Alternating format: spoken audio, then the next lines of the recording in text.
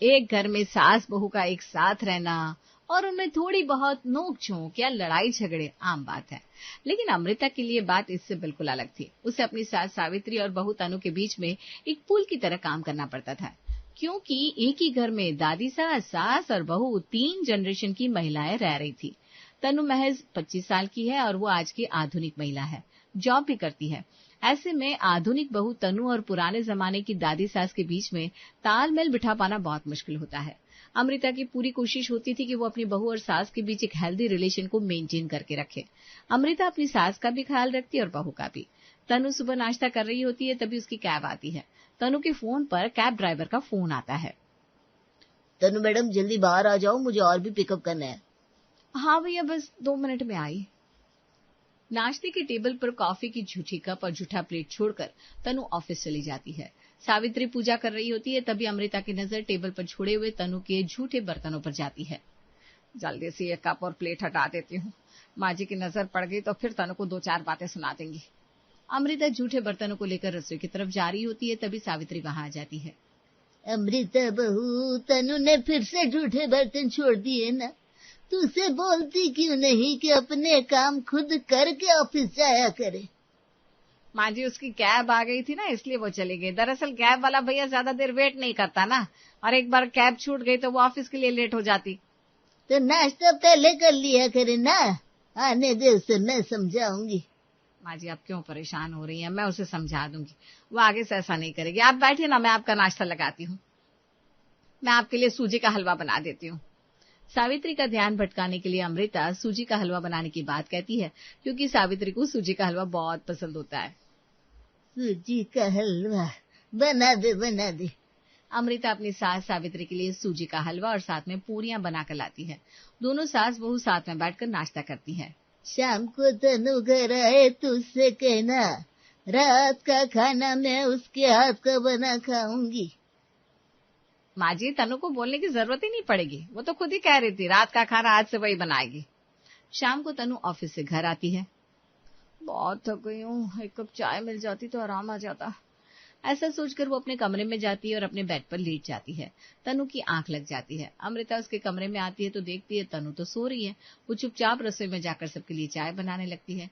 चाय बन जाने के बाद सबसे पहले वो तनु के कमरे में आती है और उसे धीरे से जगाती है ताकि दादी सास सुन डाले। तनु बाऊ, ए तनु बाऊ।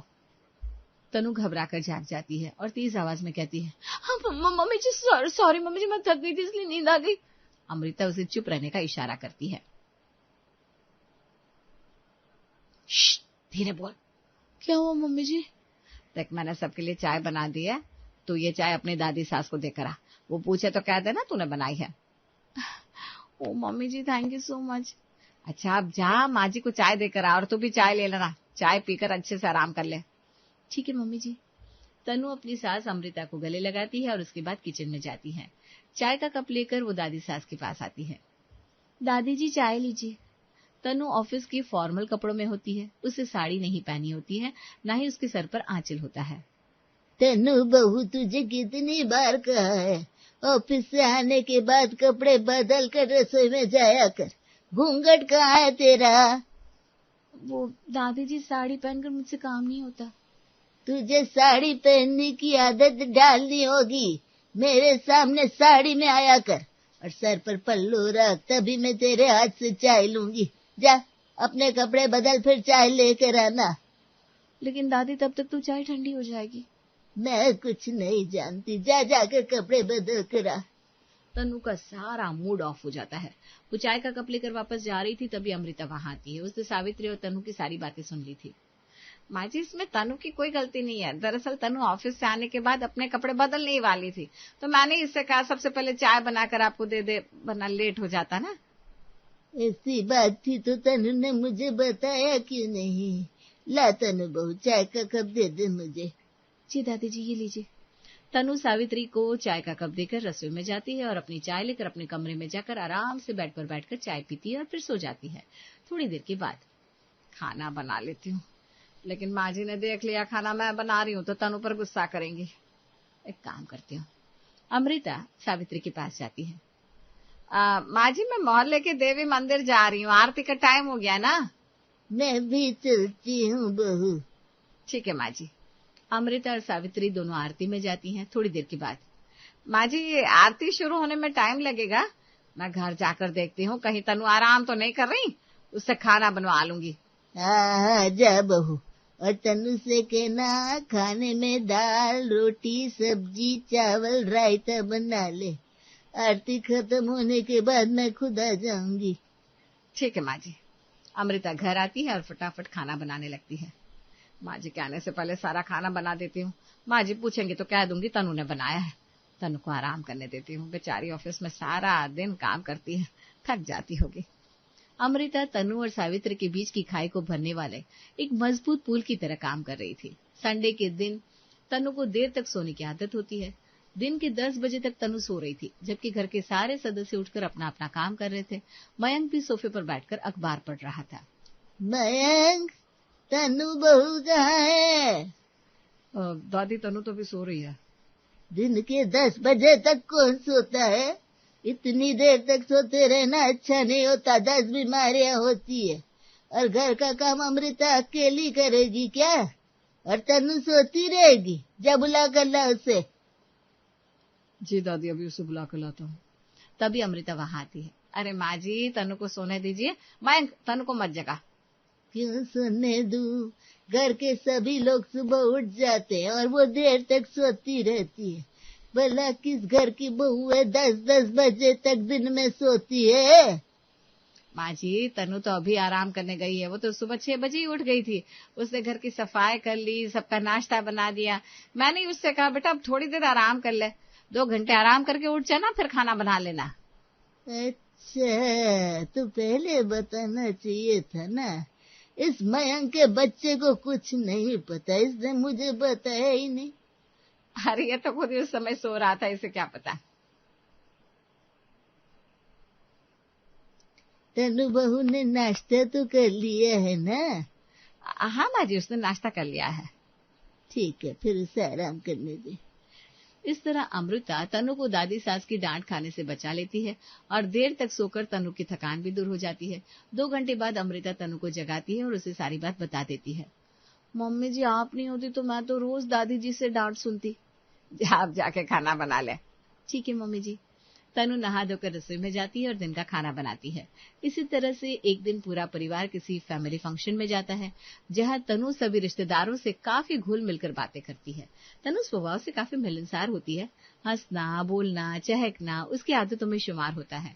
उसे रील और शॉर्ट वीडियो बनाने का भी काफी शौक होता है। फंक्शन में रिश्तेदारों के साथ वो कुछ कॉमेडी रील बनाने लगती है, जिसे देखकर दादी सास को गुस्सा आता है। ये आजकल की बहुओं को जरा सी भी लाज शर्म नहीं है। इतने सारे रिश्तेदारों के बीच साड़ी लहरा लहरा कर डांस कर रही है। हमारे जमाने में रिश्तेदारों के बीच बहुएं घूंघट करके बैठी होती थी, मुंह से चू की आवाज नहीं निकलती थी। और तनु बहू को देखो कैसे दांते दिखा कर रील बना दिए। ए अमृता, तूने इसे हमारे घर की तौर तरीकों के बारे में कुछ बताया नहीं क्या? अरे मम्मी जी, तनु अभी बच्ची है। ये तो अच्छी बात है कि रिश्तेदारों के बीच वो काफी कंफर्टेबल है, वरना मुंह बनाकर चुपचाप बैठी रहती तो लोग कहते हैं हमारी बहू घमंडी है। लेकिन अमृता की बात का सावित्री पर कोई असर नहीं होता। रील्स बनाने के बाद जब तनु अमृता और सावित्री के पास आती है तो सावित्री उसे डांटते हुए कहती है, तनु बहू, तुझे जरा सी भी शर्म नहीं आई? यहाँ इतने सारे लोगों के बीच में तू रील बना रही है। इसमें शर्माने वाली क्या बात है दादी, रील ही तो बना रही थी। आजकल तो सभी बनाते हैं, आप भी बनाओ ना, बहुत मजा आएगा। नहीं बनाना मुझे, तू तो बेशर्म होने के साथ साथ बदतमीज भी है। अरे मैंने कौन सी बेशर्मी दिखा दी दादी, आप मुझे ऐसे क्यों बोल रही हो। सावित्री और तनु के बीच बात बढ़ती देख अमृता बात को खत्म करने की कोशिश करती है। वो बात को बदल देती है। माँ जी, वो देखिए खाने के स्टॉल पर गरम गरम टिक्की बन रही है, चलिए आपको टिक्की चाट खिला कर लाती हूँ। चल चल टिक्की चाट खाते हैं। तनु बहू तू भी आजा, हम तीनों मिलकर चाट खाएंगे। वहाँ गोलगप्पे और मोमोज का स्टॉल भी लगा है। मैं नहीं जाऊंगी, मुझे नहीं खाना कुछ भी, आप दादी जी को ले जाओ। अब चल ले, ये तेरी सास है, तू इसकी सास नहीं है, तुझे इसकी बात माननी होगी। अमृता बड़े प्यार से तनु का हाथ पकड़कर उसे अपने साथ ले जाती है। अमृता ने एक हाथ से सावित्री का हाथ पकड़ा होता है और दूसरे हाथ से तनु का हाथ। सावित्री और तनु के बीच में अमृता एक कड़ी का काम करती है। अमृता के होने से दादी सास और बहू तनु के बीच का रिश्ता मधुर बना रहता है। लेकिन एक बार अचानक अमृता को उन्हें छोड़कर गांव जाना पड़ता है। होता यह है कि एक दिन अमृता अपनी छोटी बहन सुषमा का हालचाल लेने के लिए उसे फोन करती है, जो कि गांव में रहती है। हेलो सुषमा, कैसी है तू? सुषमा काफी खांस रही थी और उसकी आवाज से साफ झलक रहा था कि वो काफी कमजोर हो गई है। मैं ठीक हूँ दीदी, आप कैसी हो?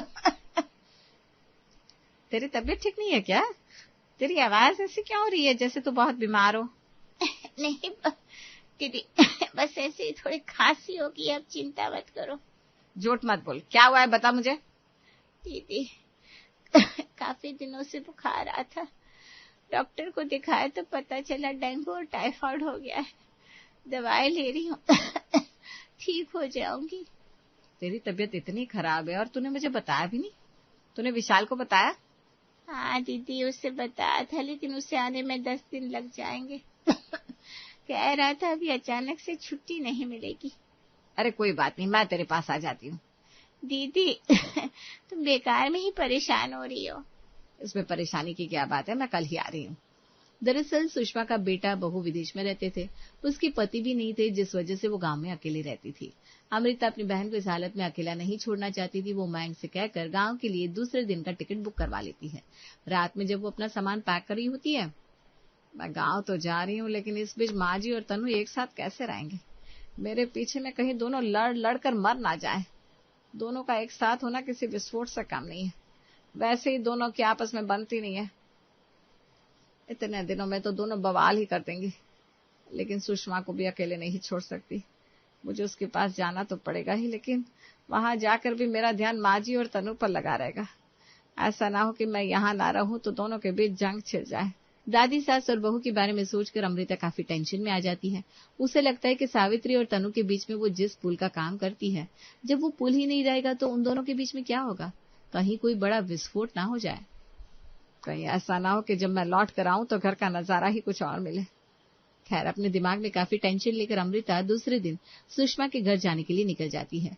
ट्रेन में बैठने के बाद भी उसका ध्यान तनु और सावित्री पर लगा होता है कि दोनों इस वक्त क्या कर रहे होंगे। तनु ऑफिस जाने से पहले नाश्ता कभी नहीं बनाती। उसे तो बना बनाया नाश्ता चाहिए। अब पता नहीं वो कैसे क्या कर रही होगी। कहीं माँ जी उसे डांटने ना लग जाए, दोनों के बीच महाभारत ना हो जाए। है भगवान। काफी सोचते विचारते आखिरकार अमृता अपनी बहन के घर पहुंच जाती है। आ गई दीदी, अच्छा किया तुम आ गई, अकेले मेरा जी घबरा रहा था। मैं जानती थी, इसीलिए तो तेरे पास आ गई। बीमार को कभी अकेला नहीं छोड़ते। चल तू आराम से बैठ, मैं खाना बनाती हूँ। मैं तेरे लिए कुछ फल लेकर आई हूँ, जूस निकाल देती हूँ। नाश्ते के साथ एक गिलास मौसमी का जूस ले ले, आराम जल्दी से मिल जाएगा। अमृता घर के काम में लग जाती है, लेकिन उसका मन तो तनु और सावित्री के पीछे घूम रहा था, जिस कारण वो खाने में दाल और रोटी तो बनाती है, लेकिन सब्जी नहीं बनाती। खाने की टेबल पर जब वो खाना लगाती है, देख सुषमा, मैंने दाल रोटी सब्जी सब बना दिया, खा ले। लेकिन दीदी सब्जी कहाँ है? आपने कहा था मौसमी का जूस, तो कि जूस भी नहीं दिख रहा। अमृता अपना सिर पकड़ लेती है। अरे देख, मैं सब्जी बनाना ही भूल गई, साथ में जूस भी निकालना भूल गई। क्या करूं? मेरे दिमाग में एक टेंशन थोड़ी ना है, दिमाग तो घर पर छोड़ आई हूँ। रुक जा, मैं जल्दी से जूस लेकर आती हूँ, सब्जी दिन में बना लूंगी। दीदी जूस बाद में बना लेना, अभी टेबल पर खाना लग गया है तो हम खाना खा लेते हैं। लेकिन तुम इतनी परेशान क्यों हो? घर में सब ठीक नहीं है क्या? अरे क्या बताऊं सुषमा, तू तो जानती है माँ जी पुराने ख्यालात की है और तनु मॉडर्न ख्यालात की। दोनों के बीच में आए दिन कुछ न कुछ होता रहता है। मैं रहती हूँ तो सब संभाल लेती हूँ, लेकिन अब मैं वहां नहीं हूँ तो न जाने दोनों के बीच क्या हो रहा होगा। कहीं ऐसा ना हो कि घर में रोज झगड़े हो, बस यही चिंता लगी रहती है। अरे दीदी, अब यहाँ हो तो वहाँ की मत सोचो, चिंता विंता छोड़ो, टेंशन फ्री रहो। तू ठीक कह रही है सुषमा। अमृता और सुषमा दोनों खाना खाने लगती है। इधर अमृता की सोच से बिल्कुल अलग तनु और सावित्री के बीच काफी अच्छा सामंजस्य बन जाता है। तनु सुबह 6 बजे उठ जाती है और ऑफिस जाने से पहले घर के सारे काम करके जाती, जिससे सावित्री को शिकायत का कोई मौका ही नहीं मिलता। दादी जी, ये लीजिए आपकी चाय और नाश्ता, मैं ऑफिस के लिए निकल रही हूँ। आपकी सारी दवाइयां मैंने टेबल पर रख दी है, खा लीजिएगा। दिन का खाना भी मैंने टेबल पर रख दिया है, समय पर खाना खा लेना। मैं शाम को सही वक्त पर आ जाऊंगी। ठीक है तन्नू बहू, ऑफिस पहुंचकर फोन कर देना। तनु ऑफिस चली जाती है। वहां पहुंचकर सावित्री को फोन करती है। इतना ही नहीं, ऑफिस में कई बार समय निकालकर वो सावित्री को फोन करती और उसका हालचाल पूछती। दादी, आपने खाना खा लिया था ना? हाँ तन्नू बहू, तू कब आ रही है? मैं बस निकल रही हूँ, आधे घंटे में घर पहुंच जाऊंगी। आपके लिए कुछ लेकर आऊं? नहीं, कुछ लाने की जरूरत नहीं है, बस जल्दी आ जा। मैंने तेरे लिए दही के पकोड़े बनाए हैं। दही के पकोड़े? फिर तो जल्दी आना पड़ेगा। घर आने के बाद सावित्री और तनु दोनों साथ में बैठकर चाय नाश्ता करते, जिसके बाद तनु रात का खाना बना लेती। छुट्टी वाले दिन भी तनु देर तक नहीं सोती, बल्कि सुबह जल्दी उठकर घर के सारे काम कर लेती और अपनी दादी सास को समय समय पर नाश्ता, खाना और दवाइयां देती रहती। छुट्टी के दिन दोपहर के वक्त तनु दादी सास के पैर भी दबाया करती, जिस दौरान उनके बीच बातें होती। तनु मजाकिया किस्म की तो थी ही, दादी सास को चुटकुले सुना सुनाकर खूब हंसाया करती, जिससे उन दोनों के बीच की दूरियां धीरे धीरे खत्म होने लगती है। इधर कुछ दिनों के बाद सुषमा के बेटे बहू विदेश से वापस आ जाते हैं। सुषमा, अब तेरी तबीयत में काफी सुधार आ गया है। विशाल और ऋचा भी आ गए हैं। मैं सोच रही थी घर चली जाऊं। इतने दिनों में न जाने वहां क्या क्या हुआ होगा। माँ जी और तनु के बीच में बिल्कुल भी नहीं बनती, मानो सांप और नेवले को एक साथ छोड़ दिया गया हो। जाकर दोनों के बीच सुलह कर आनी पड़ेगी। मुझे तो घर का माहौल सेट करने में कुछ दिन लग जाएंगे। ठीक है दीदी, आप जाओ, मैं अब ठीक हूँ। आप जाकर अपना घर संभालो, मैं विशाल से कहकर आपका टिकट करवा देती हूँ। सुषमा अपने बेटे विशाल से कहकर अमृता का रिटर्न टिकट करवा देती है। अगले दिन अमृता घर आने के लिए ट्रेन में बैठ जाती है। रास्ते में वो तनु और सावित्री के बारे में सोचती हुई जाती है। इतने दिनों में माँ जी और तनु के बीच जो कुछ हुआ होगा, उसे ठीक करने में न जाने मुझे कितने दिन लग जाएंगे। दोनों तो एक दूसरे से बात भी नहीं करती थी। पता नहीं दोनों कैसे रह रही होंगी, न जाने क्या बवाल मचाया होगा। ऐसे सोचते हुए वो अपने घर पहुंचती है, लेकिन वहां पहुंचकर अमृता ने जो नजारा देखा, उसे अपनी आंखों पर यकीन नहीं होता। वो बार बार अपनी आंखें मलती है और आंखें फाड़ फाड़ कर देखती है। ये मैं क्या देख रही हूँ? माँ जी और तनु के बीच इतना प्यार? ये कैसे हुआ? कहीं मैं सपना तो नहीं देख रही? दरअसल तनु अपनी दादी सास सावित्री की रील बना रही थी। दादी, आप अपनी साड़ी का पल्लू लहराओ और गोल गोल घूमो। मैं जैसे ही स्टॉप कहूंगी आप रुक जाना। ठीक है तन्नू बहू। सावित्री ठीक वैसा ही कर रही थी जैसा तनु उससे कहती थी। दादी स्टॉप! और सावित्री रुक गई। मेरी रील बन गई? हाँ दादी, बहुत अच्छी रील बनी है, देखो। वाह, अब इसे जल्दी से मेरे अकाउंट पे अपलोड कर दे। अभी करती हूँ दादी। ये सब अमृता की आंखों के सामने हो रहा था। माँ जी रील बनवा रही है, इंस्टा पर अपनी आईडी अकाउंट भी बनवा लिया। मैं तो खामखा परेशान हो रही थी। यहाँ तो सब नॉर्मल है। नॉर्मल ही नहीं, सब कुछ पहले से अच्छा चल रहा है। तनु और सावित्री के बीच की बॉन्डिंग देखकर अमृता को काफी राहत मिलती है, क्योंकि अब उसे उन दोनों के बीच की खाई को जोड़ने वाला पुल बनने की कोई जरूरत नहीं थी।